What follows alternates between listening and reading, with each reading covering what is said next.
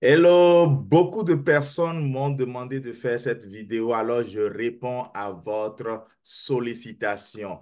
Comment appliquer au DV 2026? Et après avoir appliqué à ce DV, que faire si vous êtes sélectionné ou si vous êtes gagnant, comme on le dit? Ou peu importe l'année du DV, comment faire pour voyager aux États-Unis? Nous allons essayer de répondre à ces questions. Je suis Ghislain Guézo-Yamongbo, on m'appelle Pasteur G et je fais cette vidéo non pas pour ajouter une tonne de vidéos à toutes celles qui existent sur l'immigration aux États-Unis, mais je fais cette vidéo dans une perspective totalement unique, celle que personne n'a jamais osé aborder parce que peut-être ils ne connaissent pas cette perspective-là.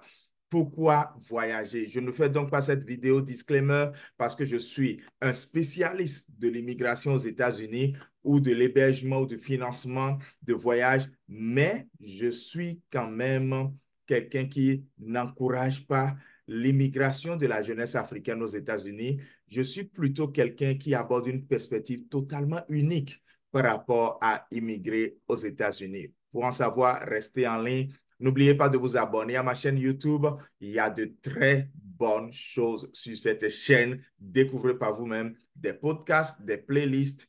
Abonnez-vous simplement et parlez-en autour de vous. On y va tout de suite. Cette vérité sur le visa diversité pour les États-Unis.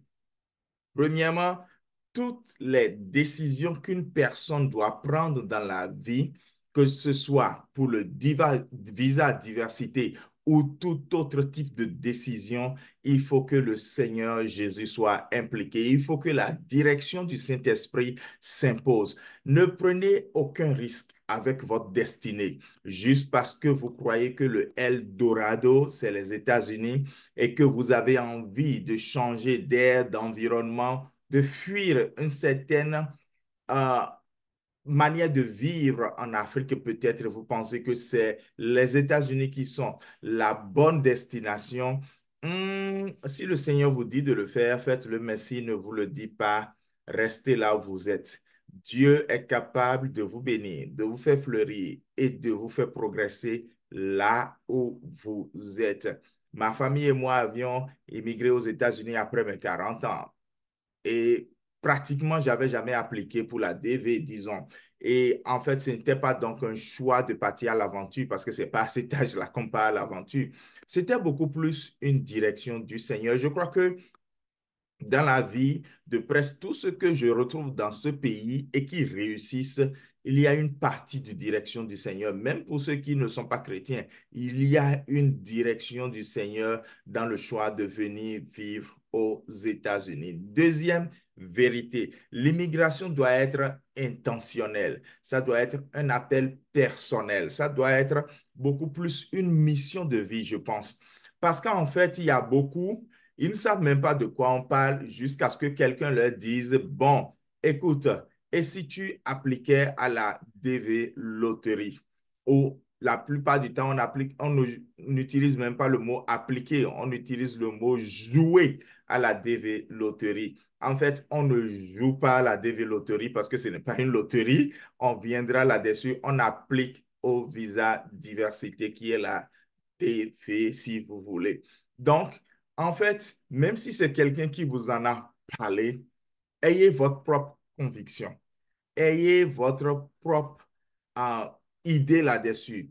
Regardez si cette idée que vous avez su immigrer aux États-Unis cadre avec vos valeurs, cadre avec vos plans de croissance personnelle qui sont au-delà des objectifs que l'on peut avoir.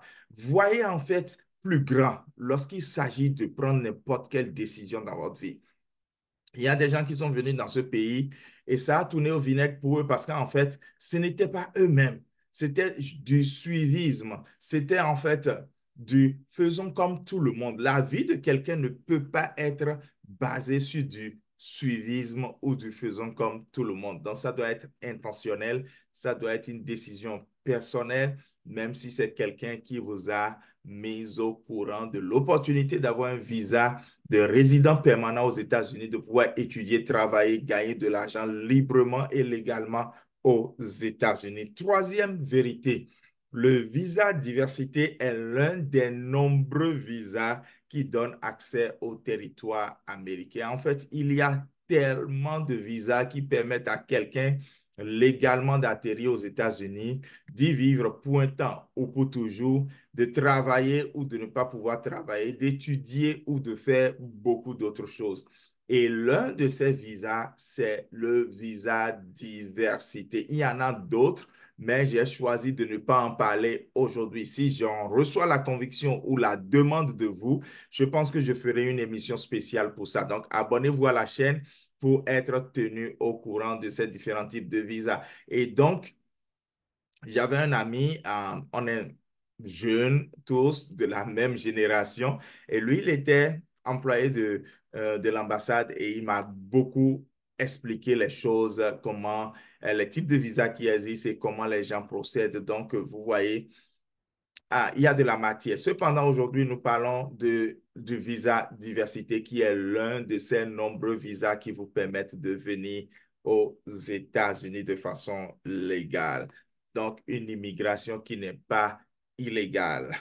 Quatrième vérité, le visa diversité est une sélection juste, mais au pifomètre. En fait, pourquoi est-ce qu'on l'appelle visa, loterie visa? Ce nom vient du fait que justement, la sélection pour donner ce visa n'est pas basée sur le mérite. Genre, ce n'est pas basé sur le fait que tu sois moins jeune ou très âgé. Ça n'a absolument pas de sens. Ce n'est pas basé sur le fait que tu aies étudié longtemps après le bac ou que tu viennes fraîchement d'avoir le bac. Ça ne compte pas. Ce n'est pas basé non plus sur le fait que, bon, tu as déjà des parents qui résident aux États-Unis ou c'est toi la première génération de ta famille qui viendra aux États-Unis. Ça ne compte pas. Donc, c'est une sélection totalement juste. Il faut juste faire attention pour remplir les critères. Parce qu'il y a des critères. Et parmi les critères qu'il y a, je ne veux souligner que deux. Le premier critère, c'est d'être sûr d'avoir le bac ou des diplômes, disons, dans des diplômes professionnels qui équivaut au bac dans des métiers manuels, disons, ou des métiers techniques.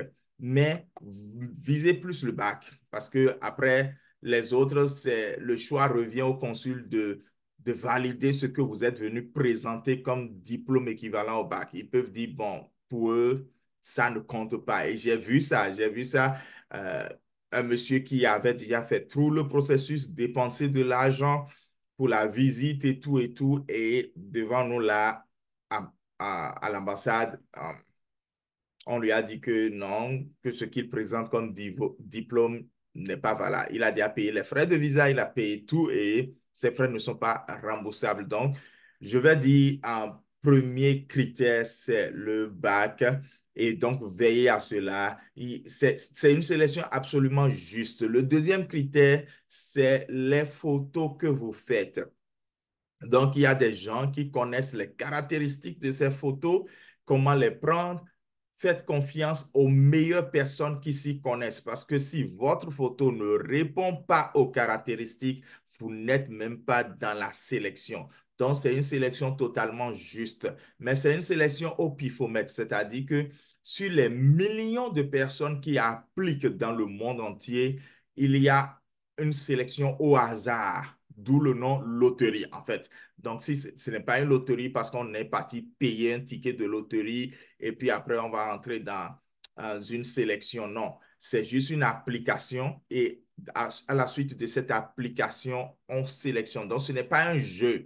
Donc, quand les gens disent jouer à la loterie Visa, je préfère appliquer à la loterie Visa. Ça revêt même plus le caractère sérieux de ce que vous vous apprêtez à faire. Et quand vous appliquez au visa diversité, quand vous appliquez au visa diversité, que vous ne jouez pas à la loterie Visa, voilà, vous êtes sélectionné. Vous êtes choisi parmi des millions. Et chaque année, il y a un nombre limité qui est choisi dans le monde entier. Et par pays également, il y a un nombre limité de visas disponibles pour ceux qui sont sélectionnés. Et donc, c'est une sélection totalement juste, mais au pifomètre.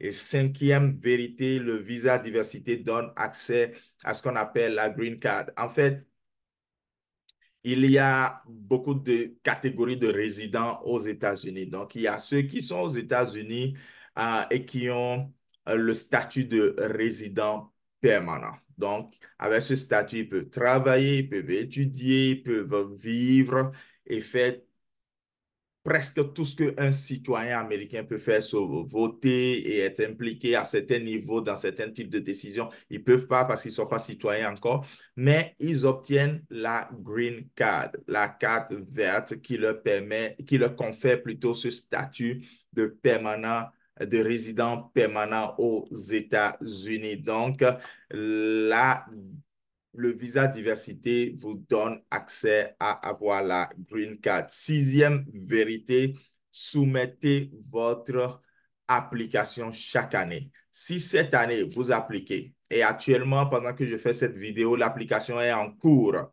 D'accord? Ça court souvent de octobre à novembre. Ça dépend des dates de chaque année. Si vous appliquez et que vous n'êtes pas sélectionné, ne vous découragez pas. Si vous avez la conviction que Dieu vous demande de le faire, si vous êtes certain que vous êtes convaincu qu'il faut le faire, pas juste pour fuir une certaine, entre griffes, misère aux États-Unis, en Afrique, parce qu'en fait, il y a des opportunités énormes en Afrique. Les opportunités que j'avais en Afrique quand j'y résidais, ayant vécu plus de 40 ans, euh, sont énormes et j'en jouissais pleinement. Donc, ce n'est pas qu'aux États-Unis qu'il y a les opportunités de vivre et de réussir sa vie. C'est carrément une autre vie ici. Et si vous n'y êtes même pas préparé, ce sera le plus grand choc de votre vie. Ce sera un choc émotionnel et psychologique si fort même que vous ne vous retrouverez même pas, que vous allez vouloir vivre juste pour de l'argent, alors que l'argent n'est pas un but dans la vie.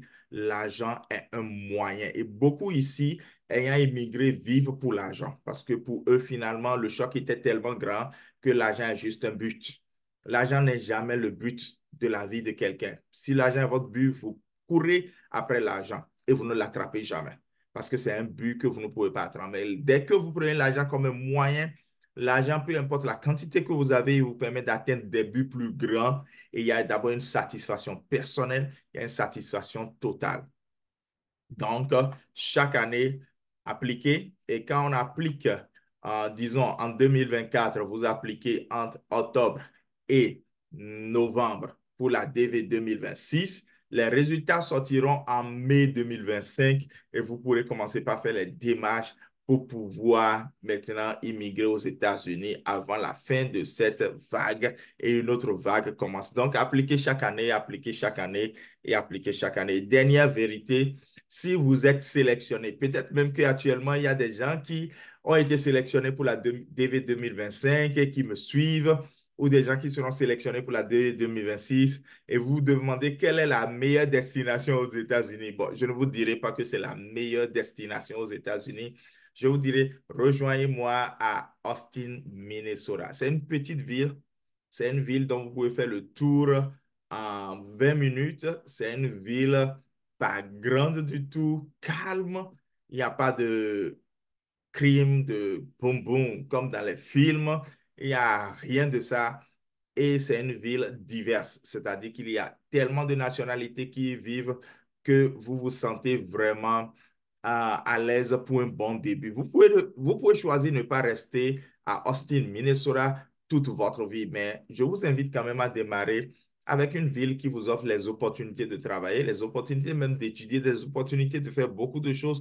Rejoignez-moi à Austin, Minnesota. Parce que souvent, lorsque certaines personnes se retrouvent dans les grandes villes, et je ne dis pas que c'est mauvais, hein, c'est pas du tout mauvais. Je n'ai pas une mentalité de petit, non, mais j'ai plutôt la science de commencer petit. C'est deux choses totalement différentes. Mais bon, c'est pas que j'ai une mentalité de petit, mais vous pouvez commencer dans une grande ville et réussir aussi. Mais le problème avec les grandes villes, c'est qu'il y a tellement de challenges. Il y a tellement de challenges physiques, financiers, émotionnels. On s'y perd littéralement. Alors qu'avec les petites villes, le système de soutien affectif, le système de soutien est tel, est réel Et puis, Austin, c'est la ville de spam, c'est la ville d'une des plus grandes entreprises américaines et cela offre beaucoup plus d'opportunités encore à cette ville et à tous les immigrants qui y sont. Donc, il y a bel et bien d'opportunités de réussir en Afrique. Je veux clôturer aujourd'hui après cette vérité en disant cela. Parce qu'en fait, immigrer aux États-Unis n'est pas la fin en soi. Il y a même, je connais des gens ici qui ont immigré et ça fait partie d'un but de leur vie. Ils savent qu'ils ne vivront pas ici. Ils savent même que leurs enfants ne vivront pas ici. Parce qu'en fait, ils savent que l'avenir de l'Afrique est dans les mains des Africains. Quelqu'un d'autre ne viendra pas construire ce continent pour nous. Et quelqu'un d'autre ne viendra pas libérer aussi ce continent pour nous. Sinon, si toute la jeunesse de l'Afrique fuit, qui restera pour construire et qui restera pour gérer encore les tonnes de ressources que nous avons? Si nous ne restons pas, nous allons continuer par laisser l'Occident venir piller, l'Occident venir détruire, l'Occident venir nous mentir, alors que ce n'est pas du tout ça la vérité. Vivre aux États-Unis est une opportunité, ça doit faire partie d'un plan de vie. Ça doit faire partie surtout d'un objectif de vie validé par le Seigneur. Comprenez une chose, je suis pasteur, je vis aux États-Unis parce que le Seigneur m'a demandé d'y venir et nous dirigeons l'une des églises africaines de la ville et qui prospère et qui attend que tu viennes aussi, si le Seigneur le veut, pour adorer avec nous. Demeurez bénis et à très bientôt pour une autre vidéo, certainement sur l'immigration aux États-Unis. Shalom et à bientôt.